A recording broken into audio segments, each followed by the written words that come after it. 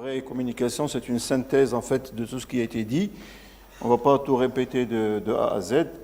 Donc finalement, si on veut tout ce qui a été dit, qu'est-ce qu'on va retenir comme classification? On sait bien que cette classification est là, ces imperfections qui sont essentiellement parce qu'elles s'intéressent à une large zone de 10 cm qui est située de part et d'autre. Donc une hernie hiatale va modifier les repères. Une grosse tumeur sera difficile à classer, une petite tumeur le sera plus. Donc, on va donc la garder comme type de classification avec tout ce qui a été dit. Et jusqu'à ce jour, elle sera utilisée pour classer ces tumeurs et prendre des décisions en fonction de cette localisation. Alors, comment on va stratifier? Donc, on va utiliser la classification, la dernière, la 8e édition de 2017, qui a été faite par l'American Joint Committee on Cancer and l'Unité internationale contre le cancer, et donc, qui, elle, en plus du stade C, c'est-à-dire le CTNM, parce que finalement, la décision ne se fait pas sur le PTNM, la décision se fait sur le CTNM. On va essayer d'approcher ce CTNM, et on va l'approcher comment? Par les bilans préopératoires. Alors ce CTNM comporte en plus de ce qu'on a dit, donc la localisation cliniquement de la tumeur, donc c'est avec la stratification de Seward, le degré de différenciation tumorale, ça ce sont des éléments qui ont été ajoutés à cette classification, et bien sûr le T, c'est-à-dire le degré de profondeur apprécié par l'échoendoscopie, le degré de l'atteinte ganglionnaire avec les imperfections, parce que c'est surtout le morphologique, mais aussi le PET scan pour voir si ce ganglion morphologiquement déformé est fixant ou pas fixant, et ensuite l'existence de métastases par une TDM thoraco-abdominale et bien sûr le PET scan. Le PTNM sera la stadification définitive sur la pièce opératoire et ce sera, il va juger de la radicalité de la résection ou pas. L'YPTNM, il y a un désaccord entre les deux sociétés sur l'YP, mais l'YP, il étudie surtout après un traitement néoadjuvant. Donc finalement, le bilan thérapeutique qu'on devra faire, l'endoscopie, on a dit, et on va le redire, c'est important, mais surtout parce que les critères de l'endoscopie sont très importants. Direct, rétrovision, les colorations vitales, le NBI, repérer la ligne Z, bien sûr, et on a vu la polémique que cela soulève entre endoscopistes et asiatiques, etc. Repérer le diaphragme, faire le repérage des lésions, de la tumeur elle-même, mais aussi des lésions qui peuvent l'accompagner et qui doivent être traitées, et bien sûr la muqueuse et l'endobrachie, les biopsies, et à partir de là, faire le bilan d'extension avec ingestion et injection, et ceci déjà a été dit. Le PET scan doit faire partie intégrante du bilan initial.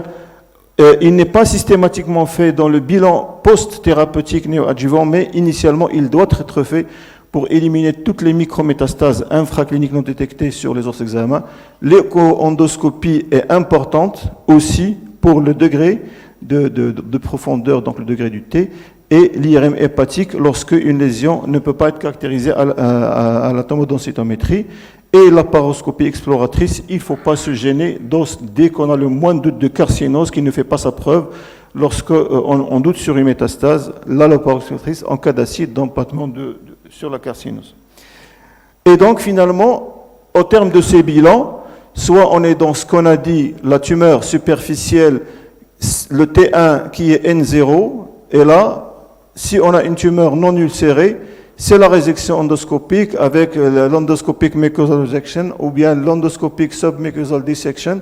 Donc ça, c'est les types, et ça, c'est les écoles des endoscopistes qui font faire ça. Et après ça, nous avons une résection R0 et le risque ganglionnaire est faible, la surveillance. La résection R0 mais risque ganglionnaire élevé, et là, il faut discuter la chirurgie en fonction de l'âge et du patient et de ses critères histologiques.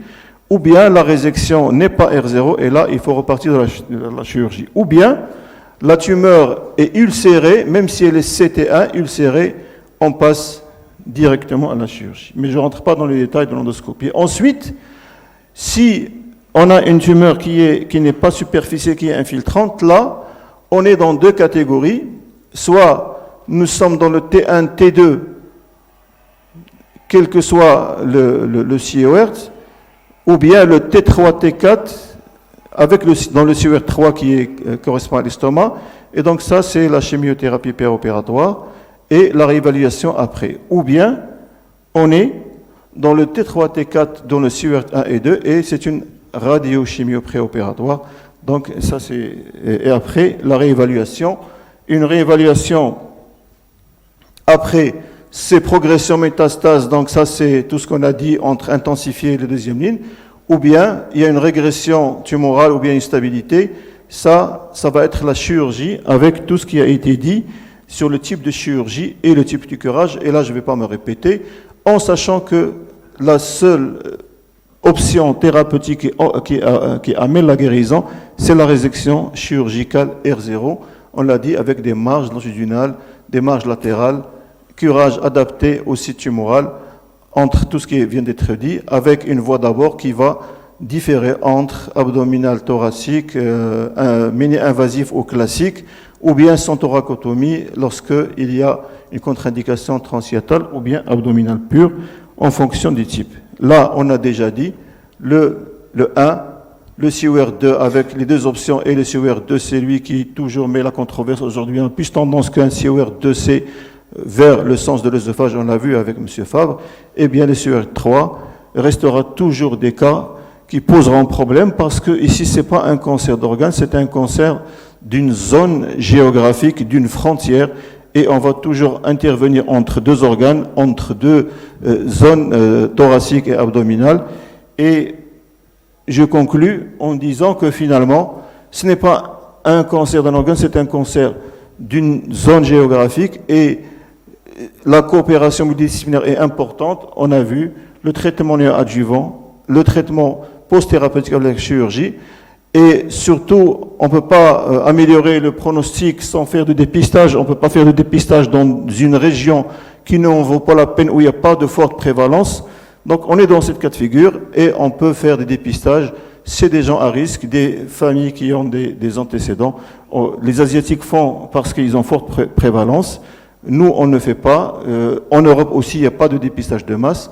Et donc finalement, on peut faire un dépistage ciblé sur les personnes à risque. Et je vous remercie.